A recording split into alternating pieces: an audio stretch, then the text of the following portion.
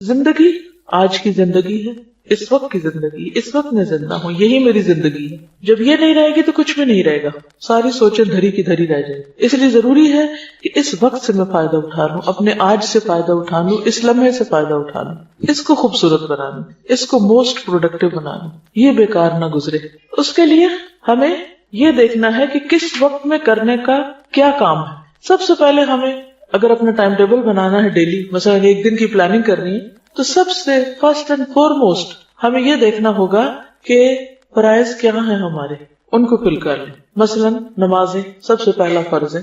اب اس کے لیے ہمیں کتنے بجے اٹھنا ہے؟ یہ تو نہیں 7 بجے اٹھنا، 7 بجے تو نماز چلی جائے گا، آپ نے اپنا فرض مس کر دیا تو آپ کا تو ٹائم پروڈکٹیو نہیں، آپ کے تو دن کا آغاز ہی غلط ہوا. آپ نے تو اللہ کی نافرمانی سے دن کا آغاز کیا، اللہ کی رحمت کہاں سے آئے گی؟ آپ نے اللہ کو ناراض کر کے دن کا آغاز کیا. تو بہت ضروری ہے کہ ہم جب ٹائم ٹیبل بنائیں تو پہلے اپنے مارک کر لیں، مارننگ، ظہر، عصر، مغرب، عشاء. اب باقی کام ان کے آس پاس کر لیں. بندوں میں ہماری ذمہ داری کون کون ہے؟ ہمارے بچے ہیں یا ہمارے اسٹوڈنٹس ہیں یا ہمسائے ہیں یا کون ہیں، جو بھی کوئی ہے ان کے طرف سے ہمارے اوپر کیا ذمہ داری. اس میں بچے ہیں تو ان کو کھلانا، پلانا، سلانا، جگانا، اسکول بھیجنا، پڑھانا، یہ ساری چیزیں کیونکہ وہ آپ ہی کی ذمہ داری. کلکم راعٍ وکلکم مسئول عن رعیتہ، ہر شخص نگران ہے، ہر شخص ذمہ دار ہے، ہر ایک سے اس کی رعایا کے بارے میں پوچھا جائے گا. ان کو میں نے کیا کیا کہاں کہاں ٹائم دینا. اگر ماں باپ آپ کی ذمہ داری ہے تو ان کے بارے میں سوچ لیجیے. پھر اس طرح شوہر ہے، شوہر کے لیے بیوی ہے، اس بیوی بچوں کے لیے کمانا، کھلانا، پلانا، یہ ساری چیزیں، یہ سارے ملا جلا کے ہمارے روزمرہ کے ٹاسک کی ایک لمبی لسٹ بن جاتی ہے. یہ سارے ٹاسک لکھے ہوئے ہونے چاہیے اور اپنے آپ کو چیک کرتے رہنا چاہیے. کیا میری عبادات پوری ہیں؟ کیا میرے فرائض پورے ہیں؟ ذمہ داریاں جو بندوں کی پوری ہیں؟ پھر اگر ہم ایک ٹیچر ہیں تو اس اعتبار سے ہمارے اوپر کیا ذمہ داریاں ہیں، اس کے لیے ہمیں اپنے آپ کو پریپیئر کرنا چاہیے. اگر ہم کوئی کام کرتے ہیں، کوئی اور جاب کرتے ہیں، کچھ بھی کرتے ہیں، اس کے بارے میں ہمیں پتہ ہونا چاہیے کہ ہم نے کیا کرنا ہے. تو کیا کرنا ہے، کیوں کرنا ہے، کب کرنا ہے، کیسے کرنا ہے، کتنا کرنا ہے، یہ معلوم ہونا بے حد ضروری ہے. تو کیا کہ تو آپ لسٹ بنا لیں ٹاسک سارے، کیا کرنا ہے، کیوں کرنا ہے، کوئی بھی کام کیوں کر رہے ہیں آپ، اور پھر کتنا کرنا ہے مجھے. کیونکہ کام تو اتنے ہوتے ہیں بعض اوقات کہ آپ اگر ساری رات بھی لگ رہے ہیں، سارا دن بھی تو ختم نہیں ہو سکتے، مگر ان کو سٹاپ لگانا ہے نا، آگے نماز کا وقت آ رہا ہے، ان کو سٹاپ لگانا ہے کہ آگے کوئی اور چیز آ رہی، تو اس کو پھر آپ اسی کے مطابق ہی ڈیوائڈ کرتے ہیں. تو سارے کیا کرنا ہے، کیوں کرنا ہے، کتنا کرنا ہے، کب کرنا ہے، یہ پتا ہونا چاہیے. یہ نہیں کہ نماز کے وقت میں آپ کھانا پکانے لگ جائیں اور سونے کے وقت میں آپ بیٹھ کے ٹی وی دیکھتے رہیں اور جب پھر نماز کا وقت ہو تو آپ پھر سو جائیں. یہ نہیں ہو سکتا. یہ پھر آپ نے آج کا دن ضائع کر دیا اس کی تقسیم غلط کر کے اوقات. کیا کرنا ہے، کیوں کرنا ہے، کتنا کرنا ہے، کب کرنا ہے اور کیسے کرنا ہے. جس شخص کو یہ پتا ہو کہ کوئی کام میں نے کیسے کرنا ہے، وہ بہت اچھی طرح امن کے ساتھ زندگی بسر کر لے. اب یہاں سے شروع ہوتا ہے، کیسے سے شروع ہوتا ہے علم. اس کے لیے علم حاصل کرنا ضروری ہے. مثلا نماز پڑھنی تو کیسے پڑھنی ہے، کیا کیا کرنا ہے مجھے اس میں، تو کیسے کے لیے جاننا ضروری ہوتا ہے، یعنی علم حاصل کرنا ضروری ہوتا ہے. حتیٰ کہ اللہ سبحانہ وتعالیٰ فرماتے ہیں قرآن مجید میں فَاعْلَمْ أَنَّهُ لَا إِلَهَ إِلَّا هُوَ، جان لو، علم حاصل کرو کہ اس کے سوا کوئی معبود نہیں. اس کو بھی جاننا ضروری ہے، اس کا بھی علم حاصل کرنا چاہیے کہ واہ کیوں، وہی کیوں معبود ہے، کوئی اور کیوں نہیں ہو سکتا. کیا اس کا کوئی پارٹنر ہے، شریک ہے، یا صرف وہی ہے. یہ بھی ہمارے جاننے کی بات ہے. پھر اس کے بعد جب آپ یہ سارا کچھ کر لیں گے اور اپنے اپنے وقت پر صحیح نیت کے ساتھ اپنی ذمہ داریوں کو نبھائیں گے تو آپ کی یہ زندگی انتہائی پرسکون ہو جائے گی جب آپ کو اپنے کام کرنے کے طریقے آ گئے. ابراہیم علیہ السلام نے جب اللہ کا گھر بنایا تھا، کس کے لیے بنایا تھا؟ اللہ تعالیٰ نے فرمایا کہ میرے گھر کو طواف کرنے والوں کے لیے وطہر بیتی للطائفین والرکع السجود تک، تو ان سب کے لیے صاف رکھو گھر. لیکن ساتھ ہی انہوں نے ایک دعا مانگی تھی، وَأَرِنَا مَنَاسِكَنَا، کہ اللہ ہمیں ہمارے مناسک عبادت کے طریقے ہمیں سکھا دے. یہاں سے علم کی ضرورت محسوس ہوتی ہے انسان کو کہ سیکھ کے کرتا ہے انسان، ہر چیز سیکھنے کی ضرورت ہوتی ہے، حتیٰ کہ کھانا پینا بھی، یعنی صرف کھانا، خود کھانا ہے، آپ نے اپنا پیٹ بھرنا ہے، وہ کھانے کا طریقہ بھی آنا چاہیے آپ کو، یہ کیسے کھانا ہے. آپ نے دیکھا کہ کچھ لوگوں میں کھانے کے مینرز بالکل نہیں ہوتے، بہت کچھ پڑھ لے کے جاتے ہیں لیکن ان کو طریقہ نہیں آتا کھانے کا، چبانے کا طریقہ نہیں آتا، کھانے کا نہیں آتا، اور بھی اسی طرح. تو ان میں اور جانوروں میں فرق کوئی نہیں رہ جاتا نا. اب جانور جیسے جگالی کرتے رہتے، اگر انسان بھی ایسے ہی کرتے رہے تو کیا حاصل ہوگا؟ کوئی فرق نہیں رہے گا. میرے خیال ہے مائیں اگر لے کے کھڑی ہو جائے نا بچوں کو، یہ بھی سیکھنے کا طریقہ ہے کہ کلاس روم میں بچے کو خاموش کیسے کروانا ہے تاکہ باقی لوگ واقعی سن سکیں. کیونکہ ماں بننا کافی نہیں ہوتا.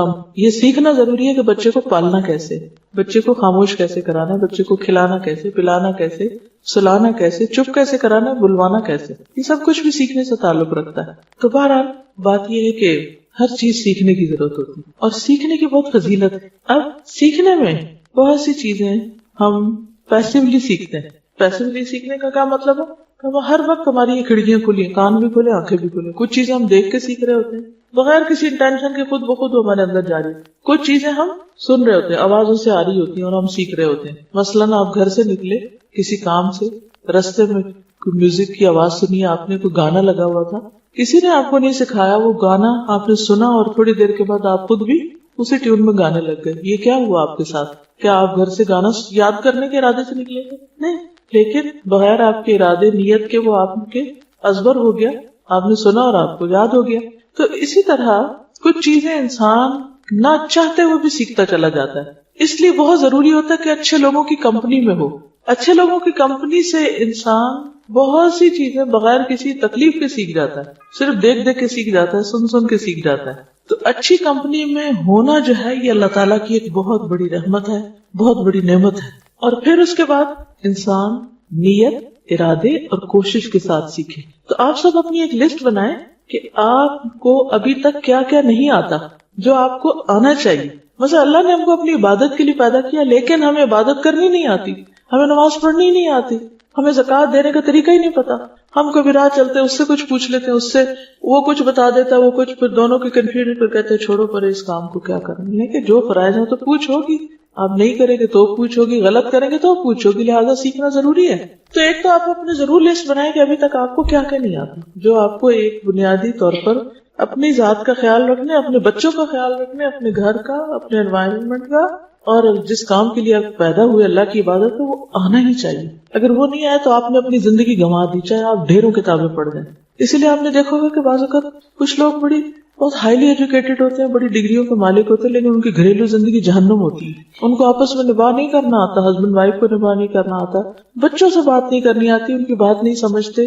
کہنے کو بہت پڑھے لکھے، یہ پڑھا لکھا کیا فائدہ دیتا ہے اگر ایک انسانوں کے ساتھ ڈیلنگ ہی نہیں آتی انسان کو. دوستوں کو بھی دشمن بنا لیتے ہیں، اپنے خیر خواہوں کی بھی قدر نہیں پہچانتے، کبھی شکر گزار ہی نہیں ہوتے، پتہ ہی نہیں ہے کہ یہ بھی کرنے کا کام ہے. ویسے بہت انٹیلیجنٹ ہیں، ویسے بڑے بڑے کارنامے کرتے ہیں، لیکن بنیادی اخلاق کا نہیں پتا. یہ بھی سیکھنے کی بات ہے. تو سیکھنے کو تو بہت کچھ ہے، اور اس کے لیے آپ کو باقاعدہ اپنے ٹائم ٹیبل میں ایک حصہ بنانا ہوگا، سیکھنے کے لیے ایک طریقہ اختیار کرنا ہوگا. تو بات یہ ہو رہی تھی کہ سیکھنے کو تو بہت کچھ ہے، لیکن کچھ چیزیں ایسی ہیں جنہیں پرائرٹی پر سیکھ لینا چاہیے. انہیں میں سے وہ دعائیں ہیں جو ہم اپنی حفاظت کے لیے پڑھتے ہیں. کہ ہم میں سے ہر شخص کسی نہ کسی دل کے گوشے میں اس کے خوف بیٹھا ہوا ہے کہ ہائی یہ چھت نہ مجھ پہ آ گرے. کبھی خیال آیا کہیں میں پھسل نہ جاؤں، کہیں چور نہ آ جائے. کبھی اندھیرے سے ڈر لگتا ہے، کبھی کسی چیز سے کبھی ڈر لگتا ہے. ہر شخص کو کسی نہ کسی چیز سے ضرور ڈر لگتا ہے. اس کو کہتے پھر اس کو نام دے دیتے فوبیا. بہرحال جو مرضی نام دے دے، لیکن ڈر تو اپنی جگہ ہے ہی، اس سے تو انکار نہیں کیا جا سکتا. خصوصاً کچھ کھونے کا، کچھ ضائع ہونے کا، کچھ ہاتھ سے نکل جانے کا، یہ ڈر بہت ہوتا ہے. یعنی کیا ہوگا؟ تو اس کے لیے ہمیں ایک بہترین چیز سکھائی گئی ہے، اور وہ ہے آیت الکرسی. آیت الکرسی یہ اس آیت کا نام ہے. آیت الکرسی جو ہے یہ قرآن مجید کی آیات میں سے بہت ہی افضل آیت ہے، بہت بلند درجے کی آیت ہے. جیسے سورتوں کے نام ہے نا، اسی طرح کچھ آیتوں کے بھی نام ہیں. اللہ سبحانہ وتعالیٰ نے آدم علیہ السلام کو مختلف چیزوں کے نام سکھائے تھے، اور کسی بھی شخص کے صاحب علم ہونے کی علامت یہ ہوتی ہے کسی بھی فیلڈ یا فن میں کہ اس کو اس خاص علم سے متعلق چیزوں کے نام آتے ہوں. مثلاً آپ قرآن کے طالب علم ہیں اور آپ کو سورتوں کے نام ہی نہیں آتے، کیا جانا آپ نے. اسی طرح مثلاً آپ باٹنی پڑھ رہے ہیں اور اپنے انوائرمنٹ میں ارد گرد پودوں کے نام ہی کو نہیں آتے، گھاس کی قسموں کو ہی نہیں پتا، درختوں کے نام نہیں آتے. اب ہر شخص کے لیے ہر علم کی ہر چیز سیکھنا تو فرض نہیں ہے، لیکن کم از کم جو علم آپ پڑھ رہے ہیں اس کے متعلقہ چیزوں کے نام آنا ضروری ہے. کئی لوگ ایسے ہوتے ہیں کہ وہ لوگوں کے بیچ میں سالوں رہ رہے ہوتے ہیں، ان کو آس پاس لوگوں کے نام ہی نہیں آتے. آپ کی کیا ریلیشن شپس ہوں گے اچھے، کیسے اچھے ہو سکتے ہیں. مجھ سے کسی نے پوچھا کہ آپ وہ پڑھا رہی تھی، کہنے لگی کہ مجھے آپ کو ٹپ بتائیے، آپ بھی پڑھاتی. میں نے ایک دن ان کو ایک ٹپ بتائی، دوسرے دن دوسری بتائی، کل میں نے ان کو تیسری ٹپ بتائی.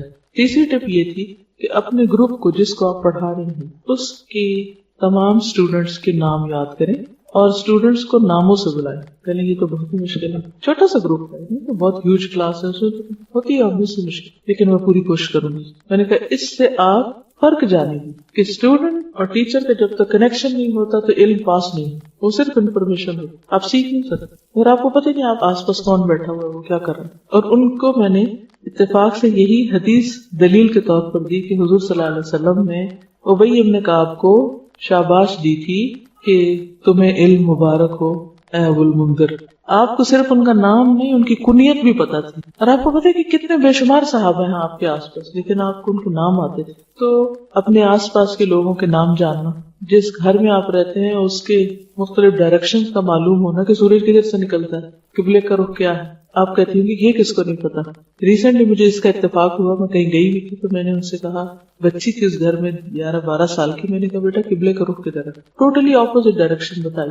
میں چونکہ نیچے گھر سے جب آ رہی تھی تو میں نے مسجد دیکھی تھی کارنر پہ, اور اس میں ہم نے گاڑی روک کے بچوں نے نماز پڑھی تھی, تو مجھے پتا تھا کہ ڈائریکشن اس طرف ہے. بچی بالکل الٹ بتا رہی تھی, مجھے بہت پریشانی ہوئی. میں نے کہا کہ 10 سال کی عمر میں بچے کو نماز پڑھنی چاہیے. اگر کوئی بچہ روز نماز پڑھتا ہے تو اس کو اپنے گھر میں قبلے کا رخ لازم معلوم ہونا چاہیے, یا نہیں؟ یہ علم ہے نا یہ بھی.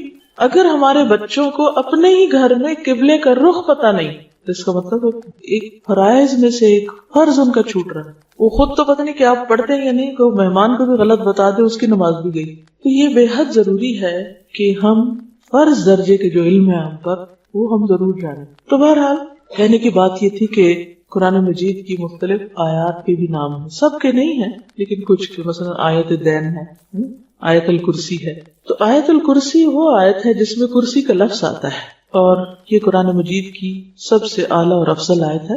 اس کے بارے میں آتا ہے کہ حضرت ابی ابن کعب کہتے ہیں, یہ ایک عالم صحابی تھے, اہل کتاب کے علماء میں سے تھے, اسلام لے آئے اور کاتب وحی بھی تھے. وہ کہتے ہیں کہ رسول اللہ صلی اللہ علیہ وسلم نے فرمایا, اے ابو المنذر, کیا تجھے معلوم ہے کہ کتاب اللہ میں سے تمہارے پاس کون سی آیت سب سے افضل ہے؟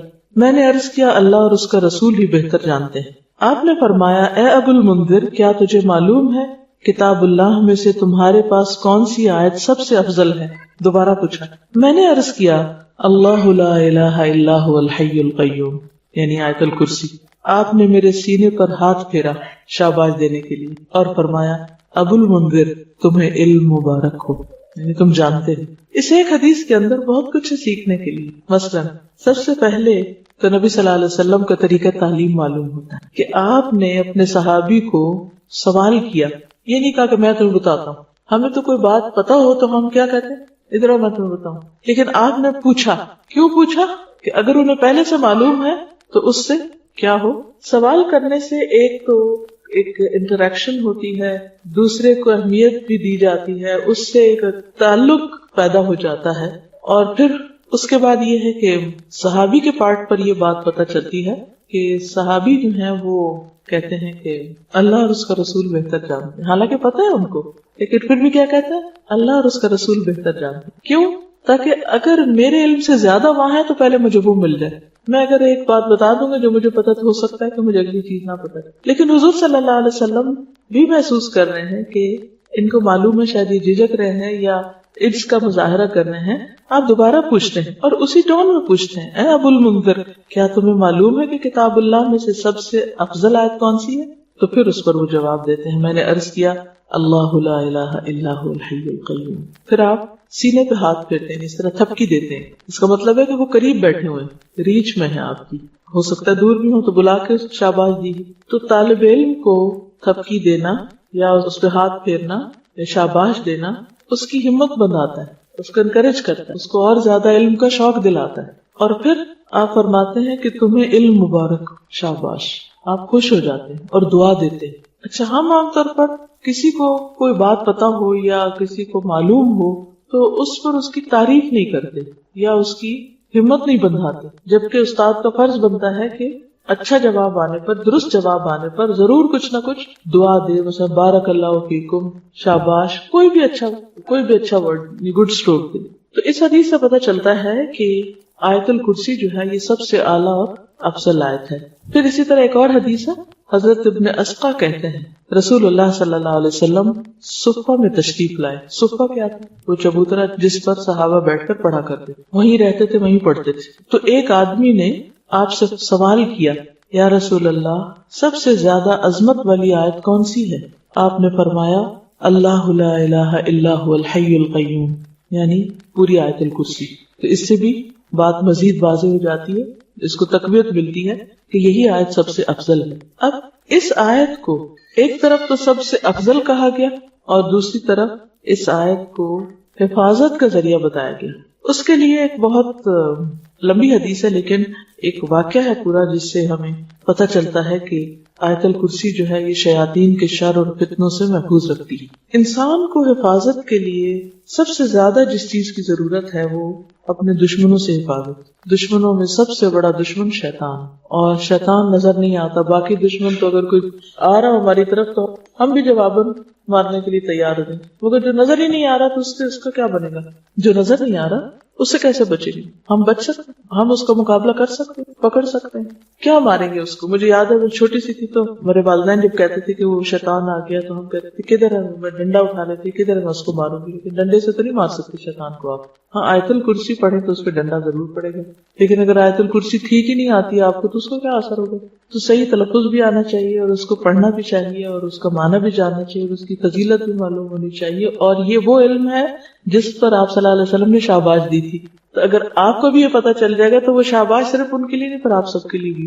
بہرحال حدیث ہے, حضرت ابو ہریرہ سے روایت ہے, مجھے رسول اللہ صلی اللہ علیہ وسلم نے صدقہ فطر کی حفاظت کے لیے محافظ مقرر کیا, گارڈ بنایا. اس دوران میں ایک شخص آیا اور اس نے غلہ سے لپیں بھر بھر کر نکالنی شروع کر دی, یعنی وہاں سے نکالنا شروع کر دیا. میں نے اسے پکڑ لیا اور کہا میں تجھے ہر صورت میں رسول اللہ صلی اللہ علیہ وسلم کے پاس لے جاؤں گا, تم چور ہو. وہ کہنے لگا میں محتاج آدمی ہوں, بال بچے دار ہوں, سخت ضرورت مند ہوں, لہٰذا معاف کر دو. چنانچہ میں نے اسے چھوڑ دیا. صبح ہوئی تو رسول اللہ صلی اللہ علیہ وسلم نے دریافت فرمایا ابو ہریرہ گزشتہ رات تمہارے قیدی کا کیا بنا؟ کیونکہ آپ کو وحی کے ذریعے خبر ہو چکی تھی. میں نے عرض کیا یا رسول اللہ صلی اللہ علیہ وسلم اس نے اپنی شدید حاجت کا اظہار کیا, بال بچوں کا شکوہ کیا, میں نے اس پر رحم کیا, اسے چھوڑ دیا. آپ نے فرمایا خبردار رہنا, اس نے جھوٹ بولا, وہ پھر آئے گا. مجھے آپ کے فرمان کی وجہ سے یقین تھا کہ وہ ضرور آئے گا, لہٰذا میں گھات میں بیٹھ گیا, کب آتا ہے, اور چوکنا ہو گیا. وہ آیا اور غلے میں سے پھر لپیں بھرنے لگا. میں نے پکڑ لیا, میں نے کہا اب تو میں تمہیں ضرور حضور صلی اللہ علیہ وسلم کی خدمت میں لے جاؤں گا. اس نے کہا مجھے چھوڑ دو, میں غریب ہوں, عیالدار ہوں, آئندہ نہیں آؤں گا. میں نے رحم کھاتے اسے پھر چھوڑ دیا.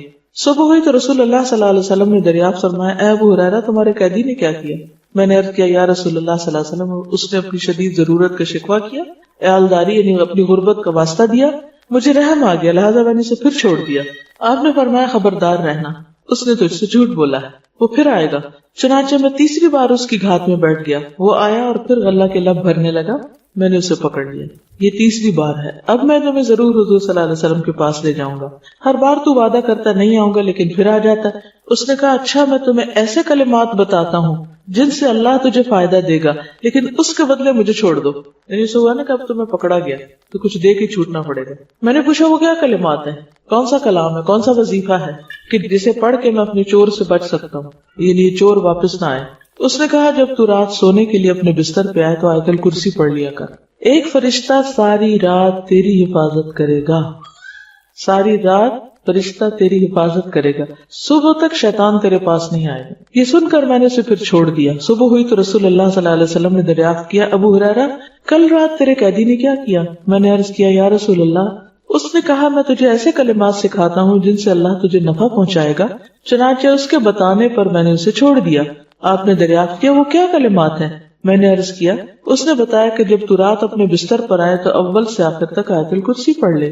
اللہ کی طرف سے ایک فرشتہ رات بھر تیری حفاظت کرے گا اور شیطان تمہارے قریب نہ آئے گا.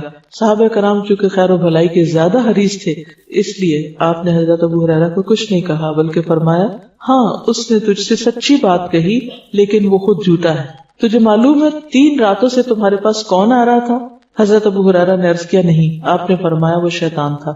یہ صحیح بخاری کی روایت ہے. تو اس حدیث سے کیا پتہ چلتا ہے؟ ساری رات تمہاری حفاظت کرے گا ایک فرشتہ, اللہ بھیج دے گا, شیطان تمہارے پاس نہیں آئے گا, پھر وہ ڈرائے گا نہیں, پھر صبح کی نماز میں اٹھنے میں آسانی ہو جائے گی.